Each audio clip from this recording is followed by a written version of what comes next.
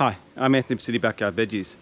I'm in the patch today, just going to be doing a little bit of planning as to what I'm going to be doing and planting in my garden as we move into summer. At the moment we're in mid-December, and a lot of my vegetables that I planted out at the early part of spring are now coming towards the end of their life. And I've been harvesting a lot of veggies, a lot of tomatoes, cucumbers and beans.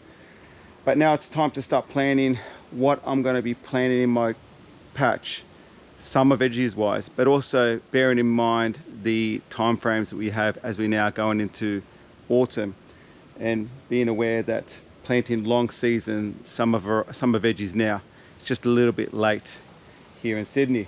I'm over at my tomatoes at the moment, and although they still look okay and I have been harvesting a lot of fruit of these plants, they are fast coming towards the end of their life. And as you can just see, as the hot weather has been coming through, I've been getting spider mite damage coming through. And what that does is not only does it damage the leaves, but also knocks off a lot of the flowers. Now I can continue to treat this outbreak with wettable sulfur, but I'm expecting these tomatoes are done. And I think actually what I'm really concerned about is fruit flies. And I've been speaking about this over across another number of videos. They haven't shown up yet. And comments from other viewers have told me that their fruit flies are in their patch here in Sydney as well. So I'm expecting them to be here, you know, this week and next week. So happy for these tomatoes to finish up and move on. And I find that if I start my new seedlings now, I can plant a new batch of tomatoes in early January, early to mid-January. And by the time they produce in April, it will be outside the fruit fly windows.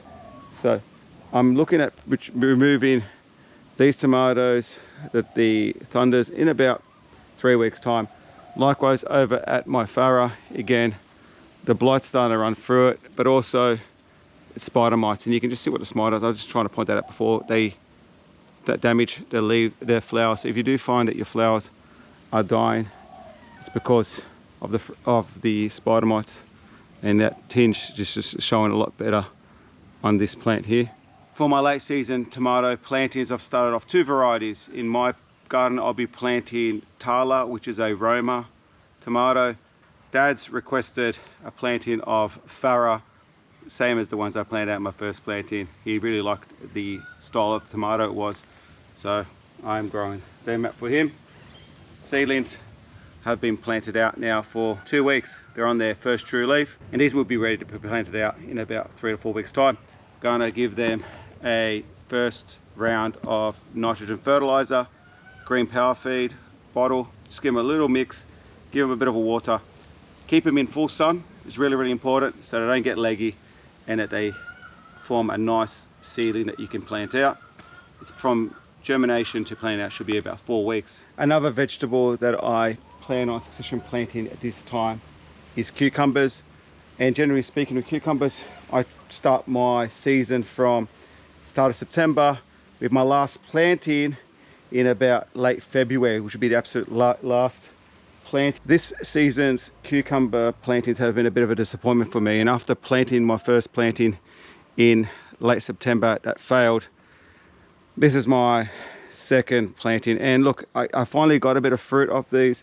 They're looking great. They were looking great 2 weeks ago, but as you can see, it's a bit compressed. A lot of the plants have since wilted and died just with the heat and the humidity. There is still a few nice cucumbers in there. They're actually quite good when you do get to harvest them, but I am finding that the heat, they are really struggling with the heat in this location. But that's really the way it is with cucumbers. I had to install, as you can see there, I just installed this mesh at the top because the plants did get to the top of the trellis system. And generally speaking, look, I might still get another 2 or 3 crop weeks out of these, but I do need to get planting. I think a few things I've got to take lessons from this planting is that I had planted them just a little bit close, and at the time didn't realize that these beans were going to take over much of this area, so it didn't give me much of an opportunity to work on them. But yeah, lessons learned. I will give them a lot more space and a little bit more height in the string trellis system, because I didn't expect them to get so tall. The previous ones I planted, Craig, the variety Craig, were happy to grow to that 1.8 meters high. So for my succession planting of cucumbers, decided I'm going to be planting it over here on my southern side of my garden bed. And this is the location that I had previously planted out my sweet corn, my first round of sweet corn. Produced well, harvested a few ears of it, but I'm decided to plant over here because I still get a lot of sun in this spot. As the sun is we're still in a bit of summer, there's not much shading from the fence, so I'm going to be able to get 2 rows in this spot. And I'm going to actually try to give the cucumbers a little bit more space. I think I overcrowded those cucumbers a bit in that first planting. So at the moment I've just come through during the week and cleared out a lot of the rubbish in this bed, the old sweet corn plantings, and just dug over the bed and got it ready. And then I'm going to start adding a few of the amendments and I'll get planting. When it comes to the amendments that I add to the bed, it's the same generally for every time I do any plantings in my patch. I always add, to build up the soil, always add cow manure. This space here, 2 bags will be plenty, but I add cow manure or any other organic material. If I do have compost, I'll add it to the bed. And the idea there is just to build up the organic matter in the soil progressively over time, and it really does help to amend your soil, especially if you've got like a lighter soil. I'll be also adding chicken manure pellets. Now I buy my pellets in 25 kilo bags, and I tend to buy the AgriBoost, only because it's available in my local store. The key here is not so much the brand, but rather the NPK rating. Generally speaking, I've found that most chicken manure pellet brands have the same rating, so the idea is to just try to find what's close to you, what's cheaper to you. The 20 kilo bag, in my case, I buy 2 bags for $20 each. So from my context, because I've got such a big garden, being able to buy this in bulk really helps. And because I'm planting fruit and vegetables, cucumbers in this space, I'm going to be adding a little bit of potash. This is for to help with fruit production, and a little bit of dolomite lime to add a bit of calcium to the bed and to sweeten the soil a little bit. The variety I'm going to be growing in this spot is 2534. I didn't grow this variety in my first planting. I grew a male, but on a bit more research on the 2 varieties, I found that Amal is more of a late season autumn or early spring season variety, whereas 2534 is more suited for summer conditions, and now it's quite hot. I'm going to be planting them out in the bed at that 20-25 centimeter spacing. It's going to give them a little bit more space this time, and I'm going to plant 1 seed per location. For all my plantings, using my trowel, just going to make a little dibble at that 25 centimeter spacing along the bed, an individual seed, 1 seed per hole.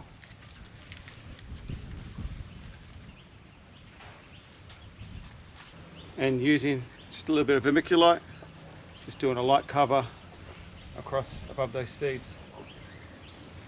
and they're planted.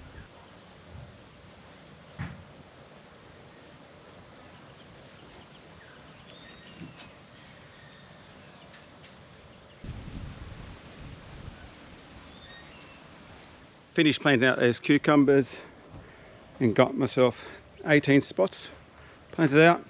Should germinate in this weather in about 6 days time, and then in about another 3 or 4 weeks I will set up the trellis system. I actually am looking at a trellis system probably at least 2.2 meters high, because these plants, I found that they grow really tall, and the more you better support them on those string trellises, the better, especially if you support them all across the whole length.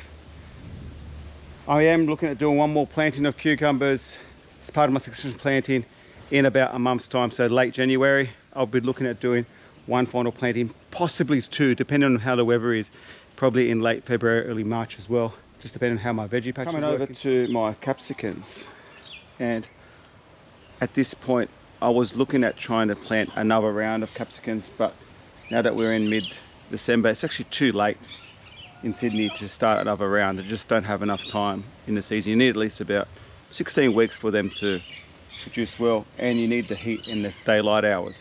But happy to say, let's bring this netting over, that my capsicums seem to have started producing and started to yellow. So I've got a lot of ripening fruit on these plants. So this variety is called Agostini, and I grow a red variety called Harley, but I wasn't able to get the seeds in time. And looking at the fruit's beautiful, so I'm going to do a quick harvest. But I'm glad I invested in this fruit fly netting. I'm going to try to see if I can extend the life, and rather than starting off a new round of capsicums, try to see if I can get a second crop later in the season. I'm going to come through and harvest what I can from this, any of the fruit that's been yellowing, and I'll show you the final result. Just having moved the netting over, and I'm going to be harvesting at least 2 of these, probably the lower 2. They've just started changing. I might leave this one for another week just to get the colour to come out full. Beautiful. It's not overly huge, but it's a nice colour. And again, there's the second one.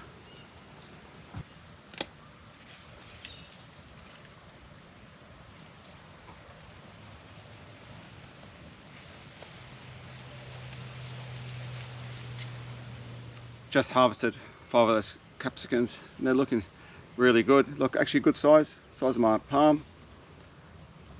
I do like the way this is worked out. These variety, generally speaking, I grow a red variety called Harley, and I grew it last season, and the capsicums were double this size. But if you are looking for a yellow capsicum, Agostini really produces well. And I personally find the trick with capsicums is to grow the right varieties.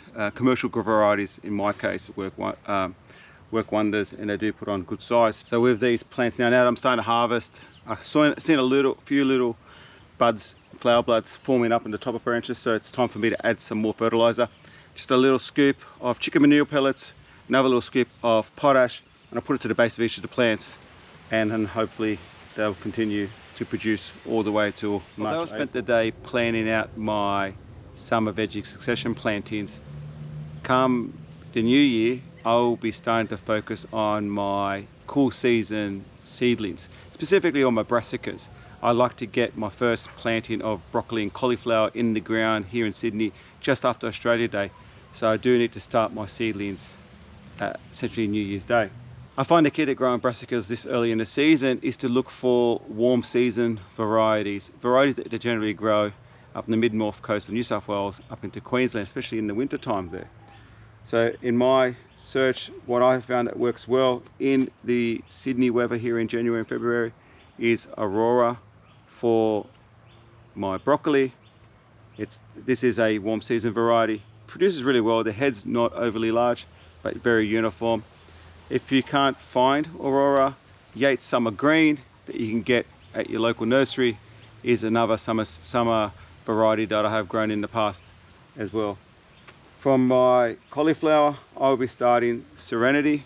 Again, I've been growing this over the past few seasons, and I planted my first batch last year in February over on the southern beds, and it produced amazing. You know, in 2.5 months I had great cauliflowers to harvest out of my patch. Now, if you can't find Serenity, an alternate again that I found that works really well in my garden is All Seasons. You can get them in seedling forms or from your local nursery. And finally, to round out all the brassicas that we've grown in January, Chinese cabbage, Wombok, I go for the Matilda. Again, great producer, really nice head. With these plants, you do need to get them in the ground February, March, April at the latest. You can grow them later in the season, but they tend to bolt. You want to grow these as the daylight hours are reducing rather than extending. They will bolt very quickly. But yeah, looking forward to starting these seedlings. I will still be planting a lot more corn. Again, with my new Sentinel seeds that I've got, I will be planting corn in the old tomato patch here. And I will still be planting more beans, especially the green French beans, the jade bush beans. And I'll be looking at planting one more round of borlotti beans somewhere in my patch if I can get a bit of space. And before I wrap up this video, just wanted to show you the new additions to my garden. And these are my chickens, new chicks. So my broody hatched 10 birds, 10 chicks about a week ago now, and they're absolutely thriving, these birds. It's a great way to grow baby chicks. Having them with their mum, it's actually a nice natural way, and she's at the moment just teaching them how to eat.